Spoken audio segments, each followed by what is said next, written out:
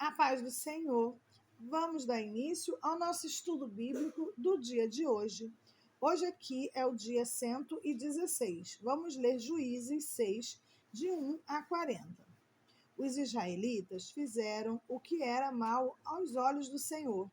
Por isso, o Senhor os entregou nas mãos dos medianitas durante 7 anos. Os medianitas eram tão cruéis que os israelitas fizeram para si esconderijos nas montanhas, nas cavernas e nas fortalezas. Sempre que os israelitas faziam o plantio, saqueadores de Midian, de Amaleque e de outros povos do leste atacavam Israel, acampavam na terra e destruíam as plantações até Gaza. Levavam ovelhas, bois e jumentos e não deixavam coisa alguma para Israel comer. Esses bandos inimigos que vinham com seus rebanhos e tendas eram como uma praga de gafanhotos. Chegavam em camelos tão numerosos que era impossível contá-los, e só partiam quando a terra estava devastada. Os medianitas reduziram Israel à mais absoluta pobreza, e o povo pediu socorro ao Senhor. Quando os israelitas clamaram ao Senhor por causa de Midian, o Senhor lhes enviou um profeta que disse: Assim diz o Senhor, Deus de Israel: Eu os tirei da escravidão no Egito. Eu os livrei dos egípcios e de todos que os oprimiam. Expulsei seus inimigos e dei a vocês a terra deles. Disse a vocês: Eu sou o Senhor seu Deus. Não adorem os deuses dos amorreus, em cujas terras agora vivem, mas vocês não me deram ouvidos. Então o anjo do Senhor veio e sentou-se debaixo do grande carvalho de Ofra, que pertencia a Goás, do clã de Abiezer. Gideão, filho de Goás, estava debulhando trigo no fundo de uma prensa de uva, a fim de não ser descoberto pelos medianitas. O anjo do Senhor apareceu a Gideão e disse: O Senhor está com você, guerreiro corajoso. Gideão respondeu: Meu Senhor, se o Senhor está conosco, por que nos aconteceu tudo isso? E onde estão os milagres de que nossos antepassados nos falaram? Acaso não disseram: O Senhor nos tirou do Egito? Agora, porém, o Senhor nos abandonou e nos entregou nas mãos dos medianitas. Então o Senhor se voltou para ele e disse: Vá com a força que você tem e liberte Israel dos medianitas. Sou eu quem o envia. Mas Senhor, como posso libertar Israel? Perguntou Gideão. Meu clã é o mais fraco de toda a tribo de Manassés, e eu sou o menos importante da minha família. Certamente estarei com você, disse o Senhor, e você destruirá os medianitas como se estivesse lutando contra um só homem. Gideão respondeu: Se de fato posso contar com a tua ajuda, dai-me o sinal de que é mesmo o Senhor quem fala comigo. Por favor, não vais embora até que eu te traga a minha oferta. Ele respondeu: Ficarei aqui com você até você voltar. Gideão foi depressa para casa, cozinhou um cabrito e com cerca de 20 litros de farinha, preparou pães sem fermentos. Depois colocou a carne num cesto e o caldo numa panela. Os levou para fora e os ofereceu ao anjo que estava debaixo da grande árvore. O anjo de Deus disse: Coloque a carne e os pães sem fermentos sobre esta pedra e derrame neles o caldo. Gideão obedeceu. Então o anjo do Senhor tocou na carne e nos pães com a ponta da vara que estava em sua mão. E o fogo subiu da pedra e consumiu tudo que Gideão havia trazido. E o anjo do Senhor desapareceu. Quando Gideão percebeu que era o anjo do Senhor, exclamou: Ó soberano Senhor, estou perdido. Vi o anjo do Senhor face a face. Fique em paz, respondeu o Senhor. Não tenha medo, você não morrerá. Então Gideão construiu um altar para o Senhor naquele local e o chamou de Javé-Salom. Até hoje o altar está em Ofra, no território do clã de Abiezer. Naquela noite o Senhor disse a Gideão: Tome o segundo touro do rebanho de seu pai, aquele de 7 anos. Derrube o altar que seu pai fez para Baal e corte os postes de Azerá, que fica ao lado do altar. Depois construa um altar para o Senhor seu Deus no alto desta colina, arrumando as pedras com cuidado. Sacrifique o touro sobre o altar como holocausto e use como lenha a madeira do poste de Azerá que você cortará. Gideão levou 10 de seus servos e fez o que o Senhor mandou. Porém, fez tudo de noite, com medo de sua família e do povo da cidade. Logo cedo, no dia seguinte, quando os habitantes da cidade começaram a despertar, alguém descobriu que o altar de Baal havia sido derrubado e que os postes de Azerá ao lado dele tinha sido cortado. Em seu lugar havia um novo altar, sobre o qual estavam os restos do touro sacrificado. Os habitantes perguntaram uns aos outros: Quem fez isso? Depois de uma investigação cuidadosa, descobriram que tinha sido Gideão, filho de Goás. Traga seu filho para fora, os homens da cidade exigiram de Goás. Ele deve morrer, pois derrubou o altar de Baal e cortou os postes de Azerá. Joás, porém, gritou para a multidão que o confrontava: Por que vocês defendem Baal? Acaso pretendem salvá-lo? Quem lutar pela causa dele será morto pela manhã. Se Baal é realmente um Deus, que ele próprio se defenda e destrua quem destruiu o seu altar. Dali em diante, Gideão foi chamado de Jurubaal, isto é, que Baal lute com ele, pois derrubou o altar de Baal. Pouco tempo depois, os exércitos de Midian e de Amaleque e de outros povos do leste se uniram. Eles atravessaram o Jordão e acamparam no vale de Jezreel. Então o Espírito do Senhor veio sobre Gideão, que tocou a trombeta de chifre de carneiro, convocando para a batalha, e os homens do clã de Abiezer o seguiram. Também enviou mensageiros às tribos de Manassés, Azer, Zebulão e Naphtali, convocando seus guerreiros, e todos atenderam o chamado.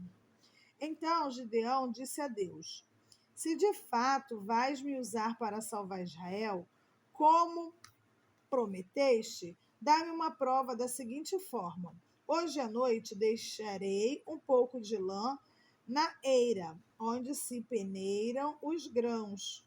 Se pela manhã a lã estiver molhada de orvalho, mas o chão estiver seco, saberei que vais me ajudar a salvar Israel, como prometeste. E foi exatamente o que aconteceu.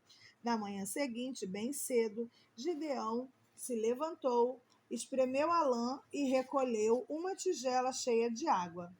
Então Gideão disse a Deus: Peço que não fiques irado comigo, mas que me permita fazer mais um pedido. Deixe-me usar esta lã para mais uma prova. Desta vez, que a lã fique seca e o chão ao redor dela fique coberto de orvalho. Naquela noite, Deus fez o que Gideão havia pedido. Pela manhã, a lã estava seca e o chão estava coberto de orvalho. Amém. Vamos ler Lucas 22. Então, 22, versículo 54. Então eles o prenderam e o levaram à casa do sumo sacerdote. Pedro seguiu de longe. Os guardas acenderam uma fogueira no meio do pátio e sentaram-se em volta. E Pedro sentou-se com ele. Uma criada o notou à luz da fogueira e começou a olhar fixamente para ele. Por fim disse: Este homem era um dos seguidores de Jesus. Mas Pedro negou, dizendo: Mulher, eu nem o conheço. Pouco depois, um homem olhou para ele e disse: Você também é um deles. Não sou, retrucou Pedro. Cerca de 1 hora mais tarde, outro homem afirmou: Com certeza esse aí também estava com ele, pois também é galileu. Pedro, porém, respondeu: Homem, eu não sei do que você está falando. E no mesmo instante o galo cantou. Então o Senhor se voltou e olhou para Pedro. E Pedro se lembrou das palavras dele: Hoje, antes que o galo cante, você me negará 3 vezes. E Pedro saiu dali, chorando amargamente. Os guardas encarregados de Jesus começaram a zombar dele e a bater nele. Vendaram seus olhos e diziam: Profetize para nós, quem foi que lhe bateu desta vez? O insultavam de muitas outras maneiras. Ao amanhecer, todos os líderes do povo se reuniram, incluindo os principais sacerdotes e os mestres da lei. Jesus foi conduzido à presença desse conselho e eles perguntaram: Diga-nos, você é o Cristo? Jesus respondeu: Se eu lhes disser, de modo algum acreditarão em mim. E se eu lhes fizer uma pergunta, não responderão. Mas de agora em diante o Filho do Homem se sentará à direita do Deus Poderoso. Todos gritaram: Então você afirma que é o Filho de Deus? E ele respondeu: Vocês dizem que eu sou. Que necessidade temos de outras testemunhas? Disseram eles. Nós mesmos o ouvimos de sua boca. Então todo o conselho levou Jesus a Pilatos. Começaram a apresentar o caso. Este homem corrompe o nosso povo, dizendo que não se deve pagar impostos ao governo romano e afirmando ser ele o próprio Cristo, o rei. Então Pilatos lhe perguntou: Você é o rei dos judeus? Jesus respondeu: É como você diz. Pilatos se voltou para os principais sacerdotes e para a multidão e disse: Não vejo crime algum neste homem. Mas eles insistiam. Ele provoca revoltas em toda a Judéia com seus ensinamentos, começando pela Galiléia e agora aqui em Jerusalém. Então, ele é galileu? Perguntou Pilatos. Quando responderam que sim, Pilatos o enviou a Herodes Antipas, pois a Galiléia ficava sob a sua jurisdição, e naquele dia ele estava em Jerusalém. Herodes se animou com a oportunidade de ver Jesus, pois tinha ouvido falar a seu respeito e esperava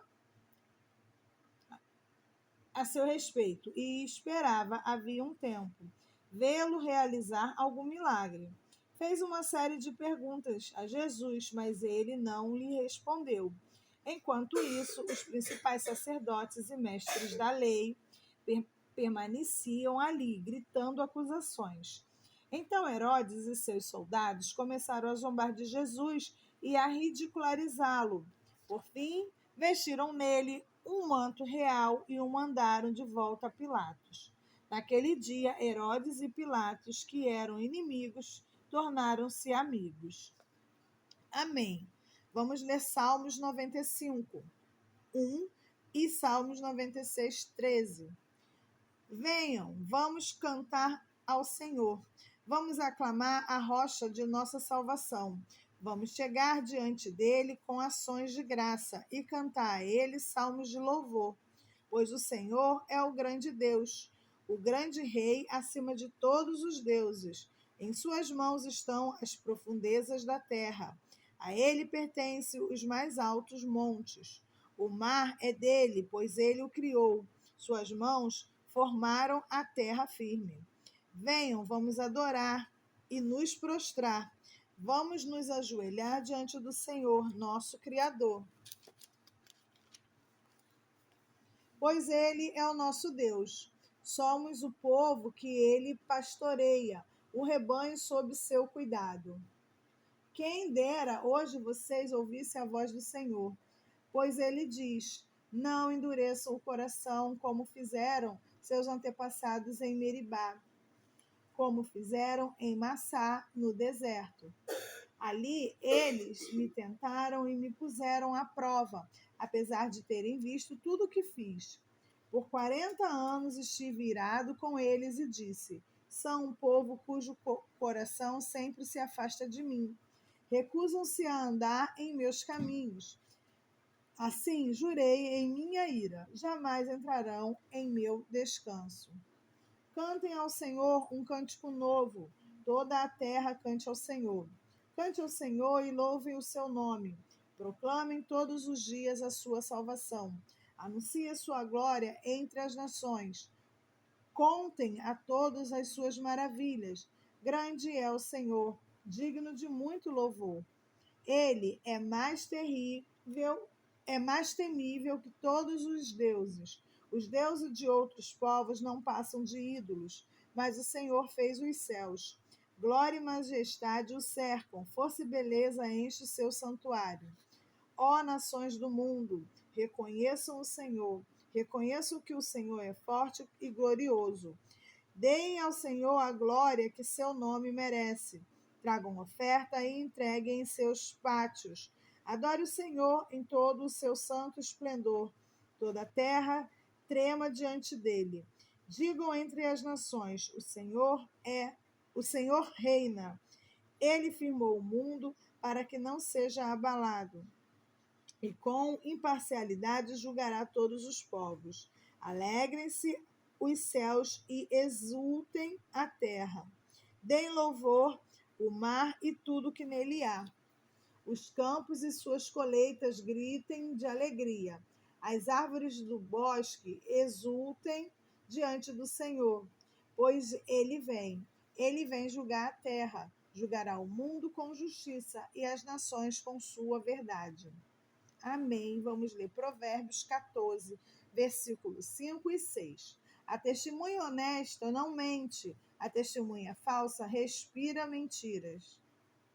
O zombador procura sabedoria e nunca a encontra, mas para o que tem discernimento, o conhecimento vem fácil. Amém. Chegamos ao final de mais um dia de estudo bíblico. Oremos. Senhor, meu Deus e meu Pai, mais uma vez nos colocamos em sua presença para te agradecer, Senhor, por tudo que o Senhor é em nossas vidas, por tudo que o Senhor faz e por tudo que o Senhor ainda há de fazer.